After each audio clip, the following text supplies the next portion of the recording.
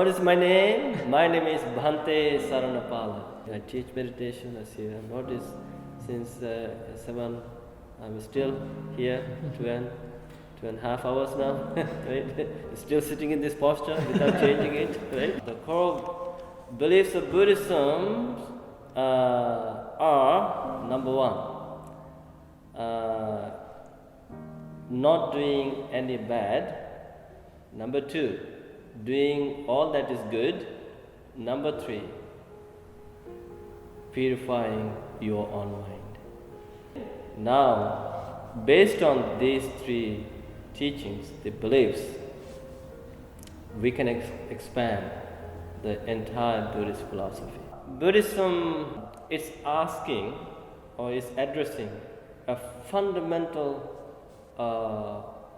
reality or the nature or the problem of our own existence. Right? What is the problem of existence? Right?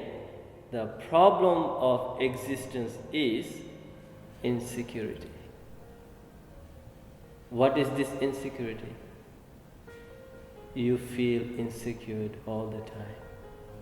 So to explain this, Buddhism talks about the 4 noble truths.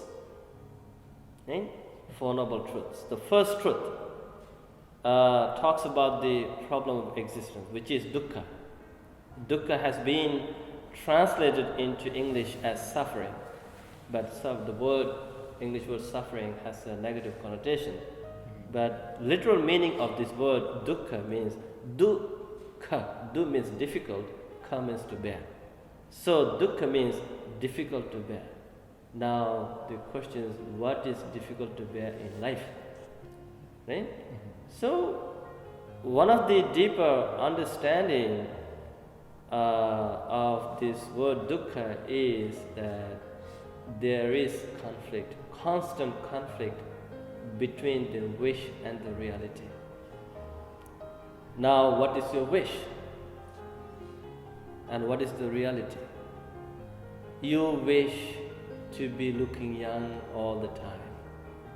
Now, what is the reality? The reality says, I'm so sorry, my friend.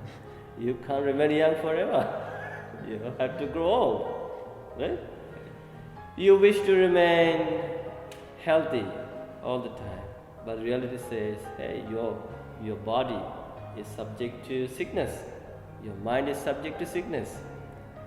You have a wish to live forever, right? Not to die.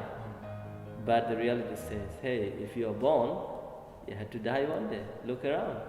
There is nobody who has lived for 120, 30, 40, 50 years.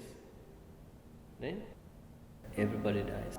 So the dukkha is also means you are asking the world for something it cannot give you.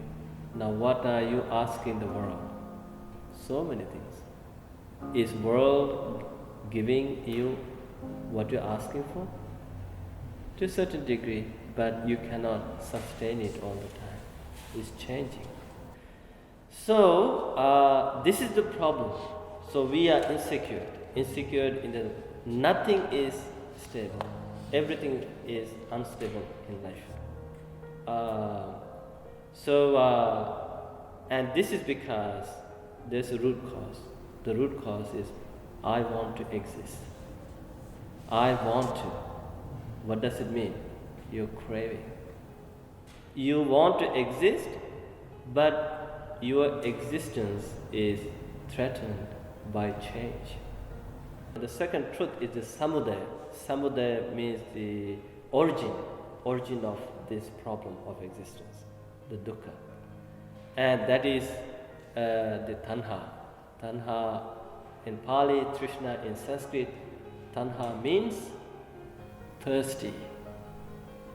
You are always thirsty.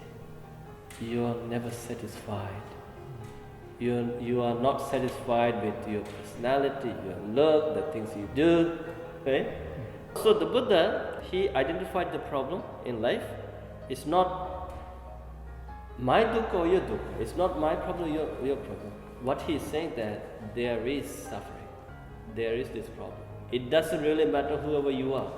Now he says, hey, I have hope for you. I have good news. What is the good news? There is freedom from this suffering, this dukkha.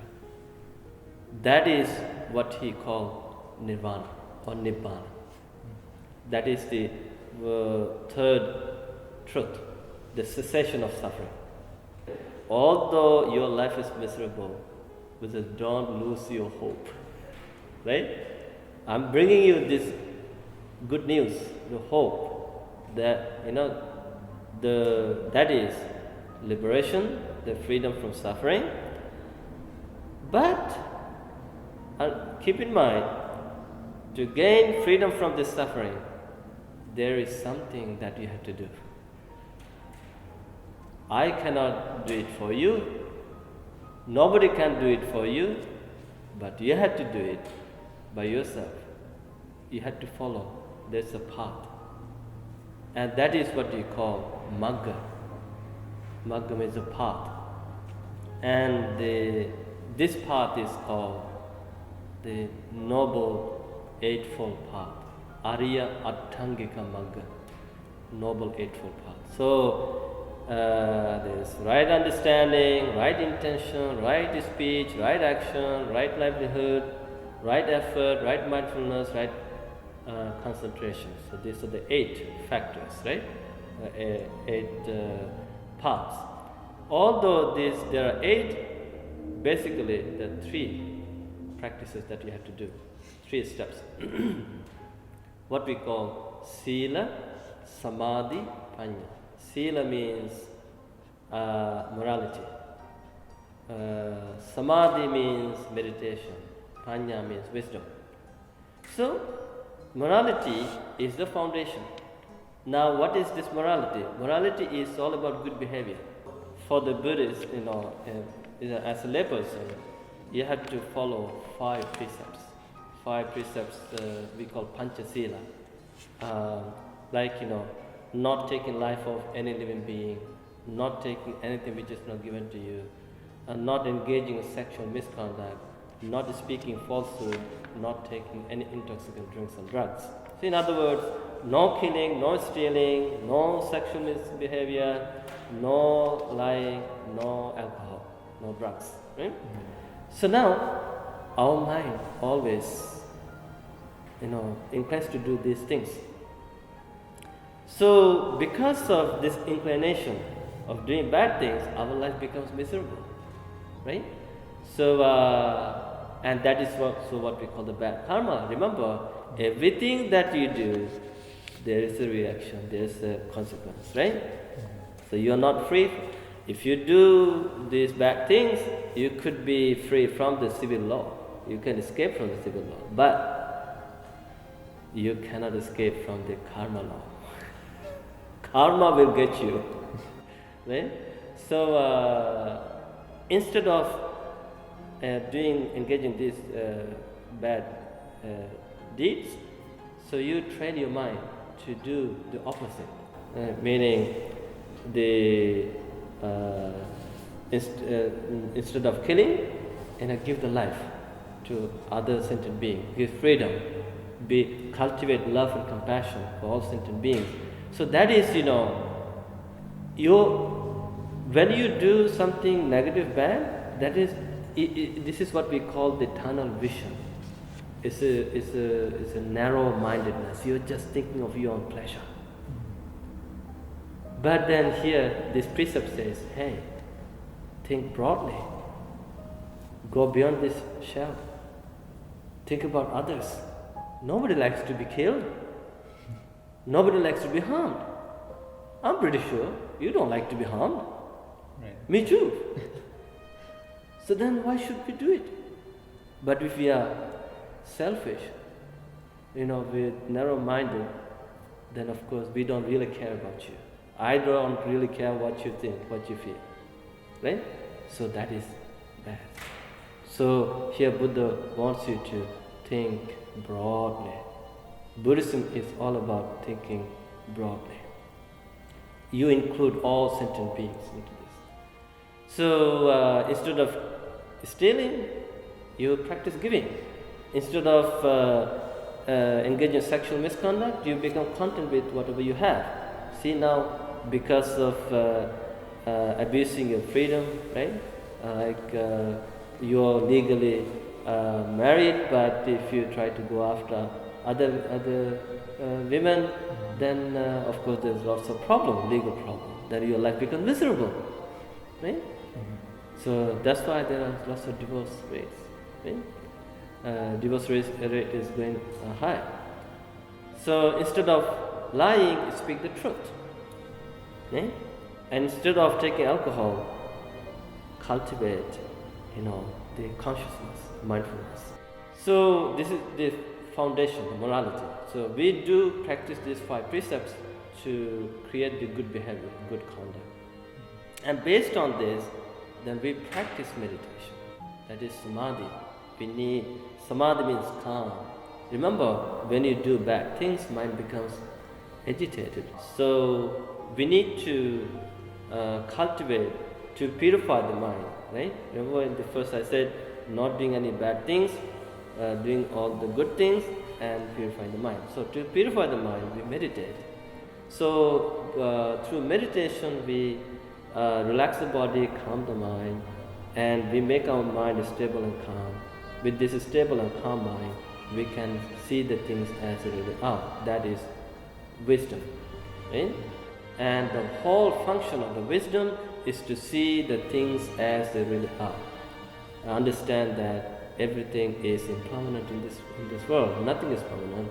Everything is unsatisfying, right? You are never satisfied. And then if things are impermanent, if things are unsatisfying, then there's nothing can be called I, me, or myself, or mine. So you just let go. So the liberation from the freedom from suffering is achieved by letting go. So by completely letting go. So if you let go a little, you will have little peace. If you let go a lot, you will have a lot of peace. And if you let go completely, then your struggle with the world will come to an end. Well, this is what we are doing. The neuroscience is about this is what Buddha did. Buddha was the first neuroscientist in the world. Whatever they are doing in the 21st century today, whatever the experiment they are doing, research they are doing, the research into the brain, this is what Buddha did. Understanding the thought, where they come from. So Buddha knew that every thought that you cultivate it changes your whole physiological system. So you have to understand if there's a problem, if it's emotional pain or emotional disturbance, everything is based on here in the mind.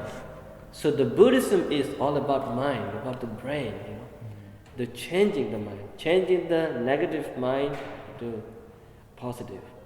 To understand something, to realize something, there are 3 things that you have to practice. Of course, theoretical knowledge is important. You need to know the theory. You need to have the knowledge on this, right? This is what we call learning. We call pariyatti in Buddhism. Pariyatti means learning, getting the knowledge, or learning the theories.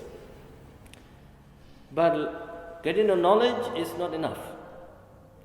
You have to put the theory into practice, whether it works or not. That is what we call patipatti, right?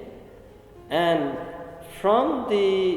by applying the knowledge into practice, from the practice you gain something that is wisdom, understanding, realization. That is what we call pativeda. So now you have to look into this. Okay, I have the knowledge about this. Now I have practiced it to a certain degree. I think I know how it works. But do you really know about it? Do you have good understanding about it? Do you have the deep wisdom about it? So here you need to follow these 3 steps. Learn it, practice it, understand it. I think any academic, any scholar, whoever it is, whatever they want to do, has to apply these 3. The academic life, they are just trying to keep everything academic, the secular, Right. but they don't give any place to practice their faith.